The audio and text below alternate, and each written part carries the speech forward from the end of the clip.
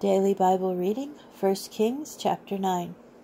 When Solomon had finished building the house of the Lord, and the royal palace, and everything that Solomon had set his heart on constructing, the Lord appeared to Solomon a second time, as he had appeared to him at Gibeon. The Lord said to him, I have heard the prayer and the supplication which you have offered to me. I consecrate this house which you have built, and I set my name there forever. My eyes and my heart shall ever be there.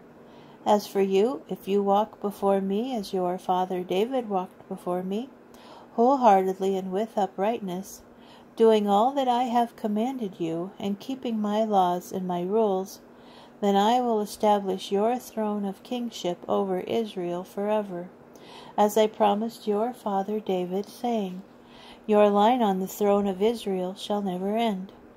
But if you and your descendants turn away from me and do not keep the commandments and the laws which I have set before you, and go and serve other gods and worship them, then I will sweep Israel off the land which I gave them. I will reject the house which I have consecrated to my name, and Israel shall become a proverb and a byword among all peoples. And as for this house, once so exalted, everyone passing by it shall be appalled and shall hiss. And when they ask, Why did the Lord do thus to the land and to this house? They shall be told, It is because they forsook the Lord their God, who freed them from the land of Egypt, and they embraced other gods and worshipped them and served them. Therefore the Lord has brought all this calamity upon them. At the end of the 20 years during which Solomon constructed the two buildings, the Lord's house and the royal palace, since King Hiram of Tyre had supplied Solomon with all the cedar and cypress timber and gold that he required, King Solomon in turn gave Hiram 20 towns in the region of Galilee. But when Hiram came from Tyre to inspect the towns that Solomon had given him, he was not pleased with them. My brother, he said, What sort of towns are these that you have given me? So they were named the land of Kabul, as is still the case. However, Hiram sent the king 120 talents of gold. This was the purpose of the forced labor which Solomon imposed. It was to build the house of the Lord, his own palace, the Millo, and the wall of Jerusalem, and to fortify Hazor, Megiddo, and Gezer. Pharaoh, king of Egypt, had come up and captured Gezer. He destroyed it by fire, killed the Canaanites who dwelt in the town, and gave it as a dowry to his daughter, Solomon's wife.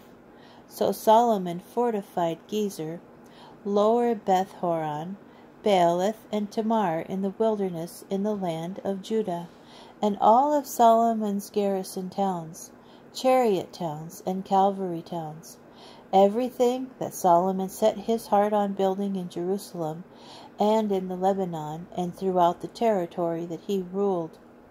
All the people that were left of the Amorites, Hittites, Perizzites, Hivites, and Jebusites, who were not of the Israelite stock, those of their descendants who remained in the land and whom the Israelites were not able to annihilate, of these Solomon made a slave force, as is still the case. But he did not reduce any Israelites to slavery.